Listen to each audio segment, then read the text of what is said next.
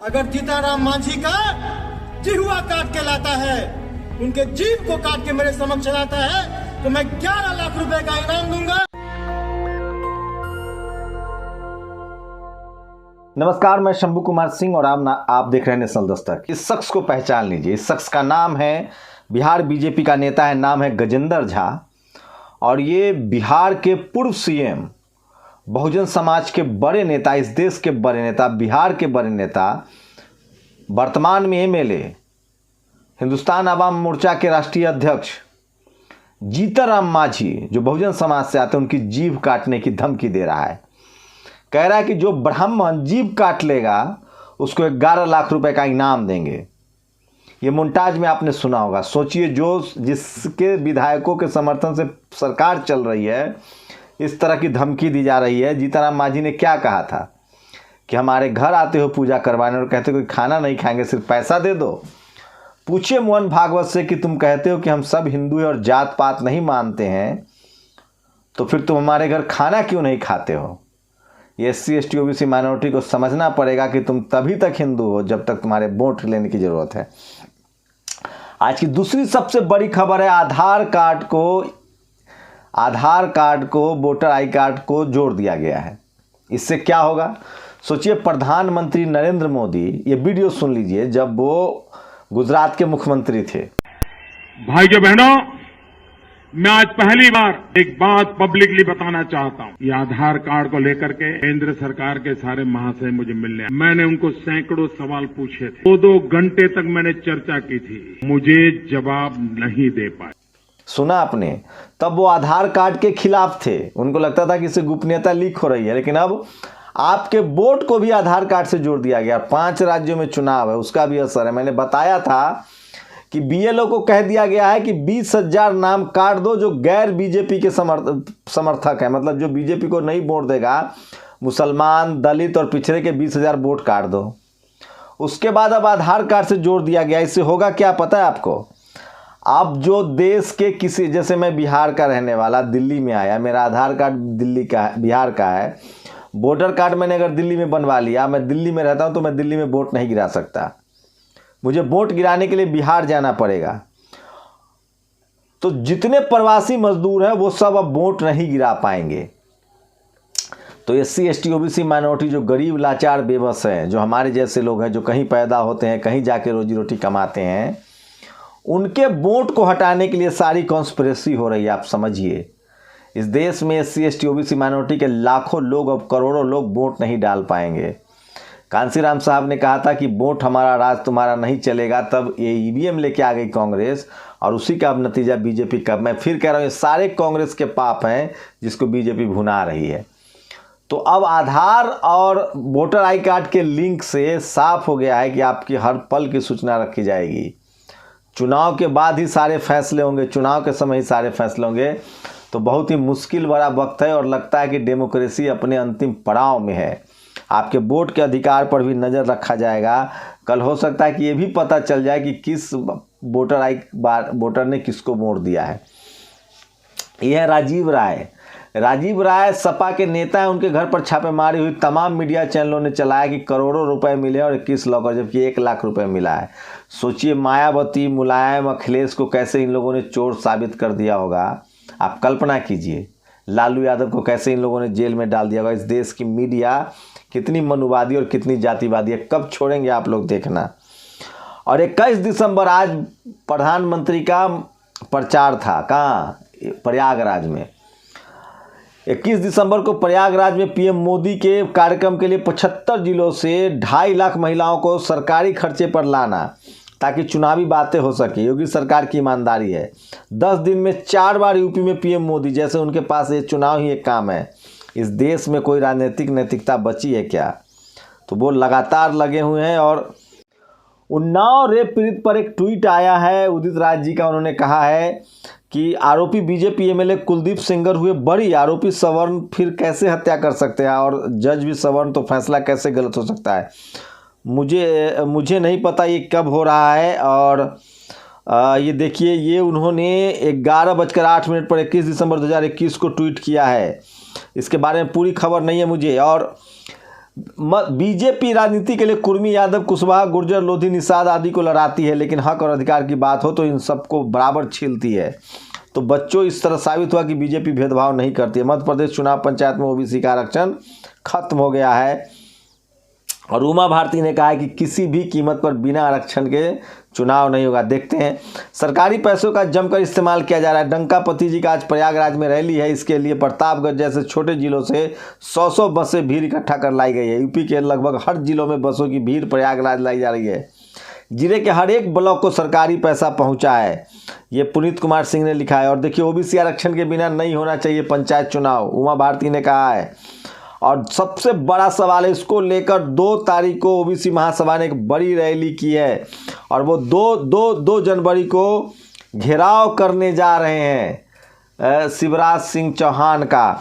और एसबीआई में कुल वर्कर 2,45,662, जिनमें मुस्लिम सिर्फ 4,912 है, मतलब 2,40,000 हिंदू चपेट में है। उसमें सबसे ज़्यादा मुस्लिम, SC ST OBC हैं। कपिल मिश्रा, अनुराग ठाकुर और प्रवेश वर्मा के खिलाफ FIR वाली याचिका पर 3 महीने में फैसला ले दिल्ली हाई कोर्ट। ये सुप्रीम कोर्ट ने कहा है। दिल्ली दंगे में 3 लोगों के नाम आ रहे थे, कपिल मिश्रा, साहिब सिंह के प्रवेश वर्मा जो साहिब सिंह वर्मा के बेटे हैं, और अनुराग ठाकुर। इस पर सुप्रीम कोर्ट ने कहा है कि 3 महीने के अंदर दिल्ली हाई कोर्ट बताए कि ये क्यों नहीं है। और गोपीनाथ कन्नन का मैंने भी एक्सक्लूसिव इंटरव्यू किया है ईवीएम को लेकर। अब उन्होंने कहा कि जिस तरह से वोटर आई कार्ड को जोड़ा गया है, because the migrant worker who is से driving taxi in city but now without a right to vote there will be expose to the entirely different environment then. तो जितने लोग दूसरे राज्यों में रहते हैं वो आधार से लिंक होने के बाद वोट नहीं गिरा पाएंगे। ये पूर्व कलेक्टर गोपीनाथ कन्नन का कहना है। और ये देखिए, चुनावों पर सीधा प्रभाव डालने वाला निर्वाचन विधेयक 2021 मात्र 5 मिनट से कम समय पारित हो गया। धन्य हो दुनिया का सबसे बड़ा लोकतंत्र। और ये मोदी जी का वो वीडियो है जो लोग वायरल कर रहे हैं। उम्मीद है वोटर से आधार को जोड़ने पहले मोदी जी अपने उन सैकड़ों सवालों का जवाब मिल गया होगा। ये वीडियो स्वाति मिश्रा ने ट्वीट किया है। और voter ID link and on gov source, dear Narendra Modi ji, interesting that just before UP election. तो सब कुछ यूपी चुनाव जीतने के लिए किया जा रहा है। एक वीडियो ये देख लीजिए अब दूसरे विंडो में, एक बहुजन समाज के आदमी को किस तरह से थाने में प्रताड़ित किया जा रहा है।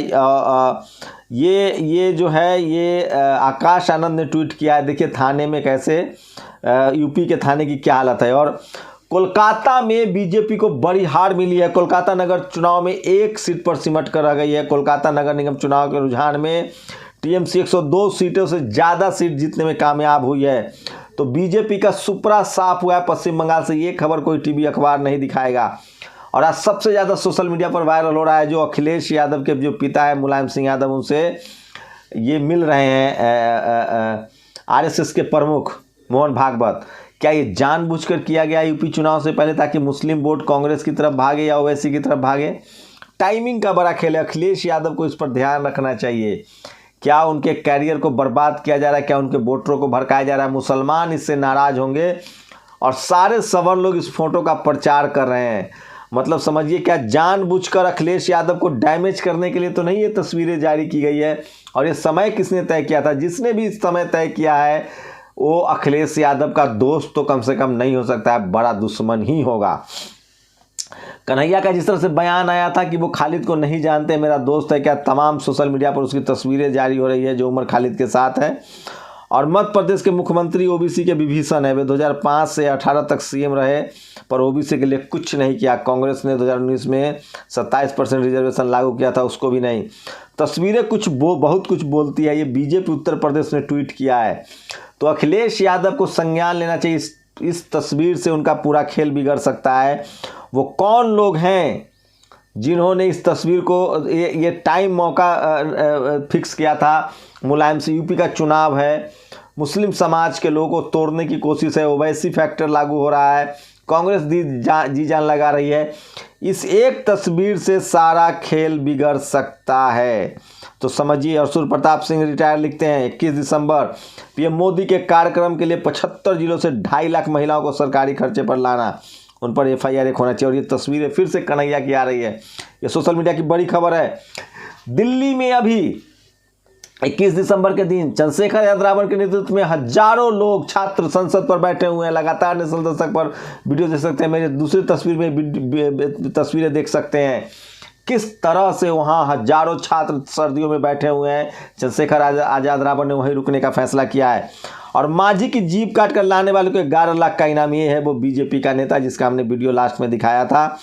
और आर्टिकल 312 ये कहता है कि जजों की नियुक्ति के लिए आईएएस की तर्ज पर हो आईजीएस परीक्षा। अश्विनी उपाध्याय, सोचिए कोलेजियम सिस्टम कितना खतरनाक है, ये समझना पड़ेगा। और अब आपको याद है आरजेडी के एक जो राष्ट्रीय अध्यक्ष, माफ कीजिएगा, आरजेडी के जो बिहार के अध्यक्ष है जगदानंद सिंह, वो कितना बदतमीज है। मेरे साथ एक बार उनकी बातचीत हो चुकी है। अब वेद प्रकाश के साथ उन्होंने बदतमीजी की है। वेद प्रकाश ने उनको कहा है कि दलित SC/ST एक्ट में केस दर्ज कराएंगे।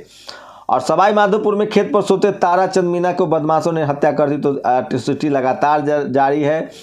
और एक जमाने में राजेश दीक्षित तो समाजवादी पार्टी के प्रधान महासचिव और राज्यसभा सांसद रामगोपाल यादव के करीबी रहे थे। तो सवर्ण समाज के लोग अपने घर वापस जा रहे हैं। SC/ST OBC माइनॉरिटी के नेताओं को सोचना होगा कि क्या सवर्ण उन्हें कभी वोट देंगे। और BSP ने भी विरोध किया है जिस तरह से। और एक पुलिस वाले का बयान बहुत सोशल मीडिया पर वायरल हो रहा है। वो कह रहा है कि पुलिस बहुत ईमानदार है, पैसा लेती है तो काम करते, ये है यूपी पुलिस का असली चेहरा। और कई बच्चों ने छोड़ा SC भोजन, माता के हाथ से बना खाना। ये टनकपुर की खबर है, संवाद न्यूज एजेंसी। सोचिए राजकीय इंटर कॉलेज में ये कौन लोग हैं जो अपने बच्चों को इस तरह से जातिवाद सिखा रहे हैं। और इन्हीं से जैसे कानून का सदुपयोग कब करिएगा इस जहरीले चुनाव के खिलाफ शिवराज सिंह चौहान जी। तो ये तमाम बड़ी खबरें थी और जो आज सोशल मीडिया पर वायरल हैं। और सोशल मीडिया ही सच्चा मीडिया है, सोशल मीडिया ही असली मीडिया है। आप लोग की क्या प्रतिक्रिया, अपनी प्रतिक्रिया जरूर दीजिएगा, क्योंकि आपकी प्रतिक्रिया हमारे लिए बहुत अहम है। ये वो तमाम बड़ी खबरें थी जो मैं आपके लेकर आया था। मैं बार बार कह रहा हूँ कि मेरी जो खबरें होती हैं वो चटकारे के लिए नहीं होती हैं, आपके रोजी रोजगार से जुड़ा होता है, देश से जुड़ा होता है, संविधान से जुड़ा होता है। आधार कार्ड और वोटर आई को जोड़ने के पीछे सरकार की क्या मंशा है, आप लोग प्रतिक्रिया देकर जरूर बताइए। शुक्रिया। नेशनल दस्तक की आपसे गुजारिश है कि अगर इसको बचाना चाहते हैं तो नेशनल दस्तक को सब्सक्राइब करने के लिए रेड कलर के सब्सक्राइब बटन को दबाएं, फिर बेल आइकन की घंटी दबाएं। नेशनल दस्तक को बचाने के लिए बहुत जरूरी है कि हर खबर को शेयर करें, लाइक करें, कमेंट जरूर करें।